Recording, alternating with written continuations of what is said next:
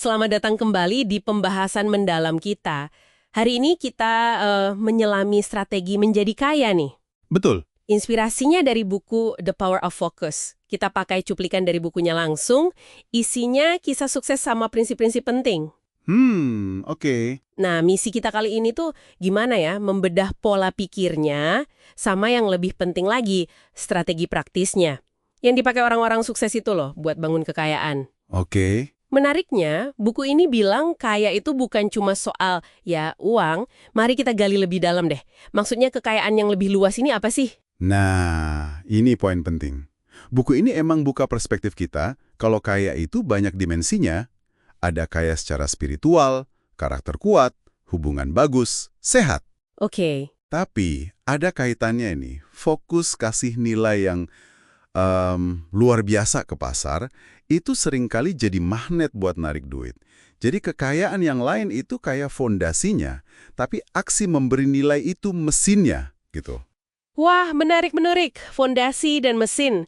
Sebelum kita ke contoh-contoh spesifik, buku ini kan juga nyinggung prinsip dari tokoh kayak Sir John Templeton sama Art Linkletter ya. Iya, betul. Apa tuh intisari dari mereka yang relevan sama fokus bangun kekayaan ini? Oke, kalau dari Templeton, yang bisa kita ambil itu soal diversifikasi investasi.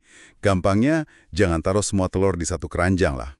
Terus pentingnya sabar, riset dulu sebelum investasi, dan ini yang krusial.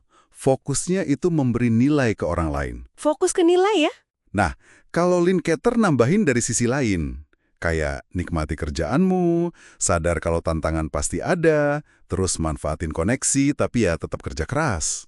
Sama, kenali kelemahan diri, terus cari orang buat nutupin. Oh, jadi saling melengkapi gitu. Iya, keduanya intinya sama-sama butuh strategi dan sadar diri. Oke, prinsip-prinsip dasarnya masuk akal nih. Sekarang penasaran sama contoh nyatanya deh. Ada Sam Beckford kan disebut The Small Business Millionaire. Iya, Sam Beckford. Gimana ceritanya dia bisa sukses gitu? Padahal katanya gagal berkali-kali. Apa yang beda kali ini? Nah, kisah Sam ini contoh sempurna soal kekuatan fokus.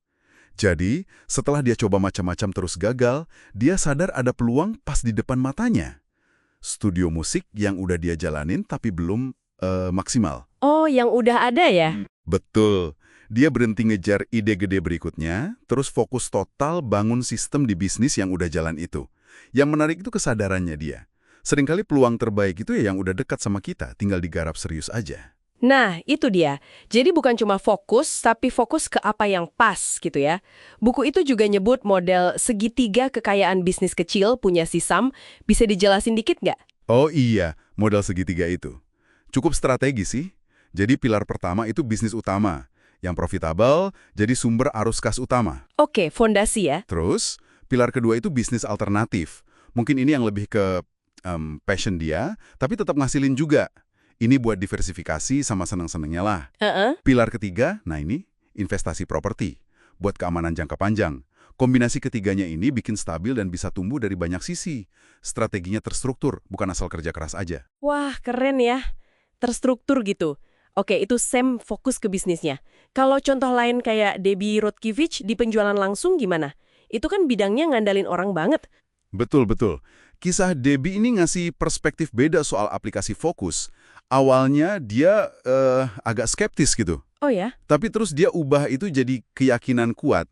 Fokusnya dia itu bukan cuma jualan sendiri, tapi gimana caranya menduplikasi dirinya. Maksudnya gimana tuh menduplikasi? Ya, dia latih pemimpin-pemimpin baru di bawahnya. Intensif banget ngajarinnya. Dan dia selalu, leading by example, ngasih contoh langsung. Fokusnya jadi bangun orang lain. Oh, jadi fokusnya geser ya dari saya jadi kita gitu. Nah, persis. Terus ini nyambungnya ke prinsip buku gimana? Nyambung banget.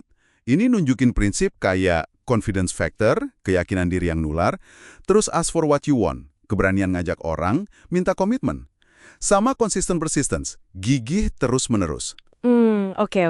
Keberhasilan Debbie ini nunjukin kalau bangun kekayaan itu seringkali artinya kita bisa delegasiin tugas, kasih kepercayaan ke orang lain. Ini mirip juga sama Don Carcampbell, pakar real estate yang dibahas juga. Oh iya, Don Campbell. Dia kan nekanin pentingnya jadi guru di bidang kita. Bangun sistem yang bisa dijalanin orang lain, sama jaga hubungan baik. Jadi ahli terus bagi ilmu, itu aja udah membentuk nilai tersendiri. Oke, kalau kita tarik benang merahnya nih dari semua contoh tadi, Sam, Debbie, Don, plus prinsip awal Templeton sama Linklater, pola apa sih yang paling kelihatan jadi kunci kekayaan menurut buku ini? Pola utamanya jelas banget sih. Pertama, fokus yang tajam. Bisa ke satu bisnis, satu sistem, atau yaitu tadi, pengembangan tim. Fokus ya. Kedua, komitmen buat ngasih nilai yang luar biasa. Ke pasar, ke orang lain.